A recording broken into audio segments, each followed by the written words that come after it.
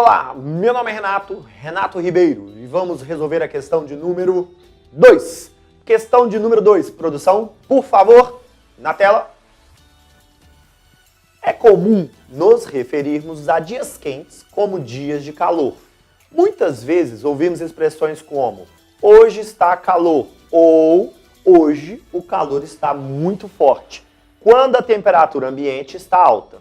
No contexto científico, é correto o significado de calor usado nessas expressões? Tem um conceito muito importante quando a gente começa estudando física térmica que fala a diferença de calor e temperatura. São dois conceitos importantes, fáceis de ser trabalhados, mas nós temos que ter cuidado com o que a gente usa no nosso dia a dia.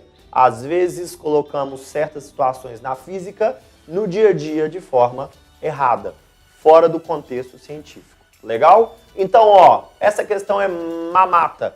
Ler e responder. Papum! Lembrando dois conceitos importantes. Conceito de temperatura. Quando você pega um termômetro, o aparelho utilizado para medir a temperatura de um objeto, e coloca lá debaixo do seu corpo, ele está medindo o que do seu corpo?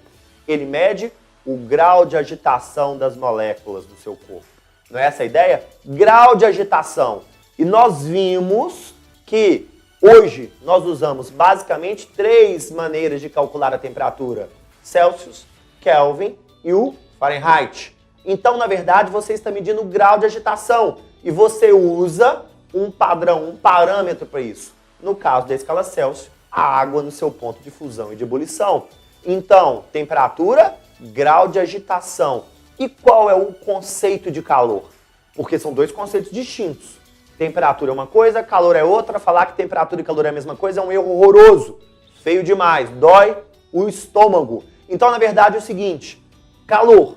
Calor é energia em trânsito. É energia que se transfere de um objeto para o outro, de um corpo para o outro, de modo que o sistema atinja o que a gente chama de equilíbrio térmico. Chegue numa mesma temperatura, num grau de agitação igual. Você está com a mão lá, geladinha, baixo grau de agitação, uma temperatura baixa, 36 graus. Dá a mão lá para o seu namorado, para sua namorada, que está a 38 graus. O grau de agitação das partículas da mão dele está maior. Tem ou não tem transferência de calor quando vocês conectam as mãos? Sim, de forma espontânea. Ok? Então, no contexto científico, qual é a resposta dessa questão? Letra C.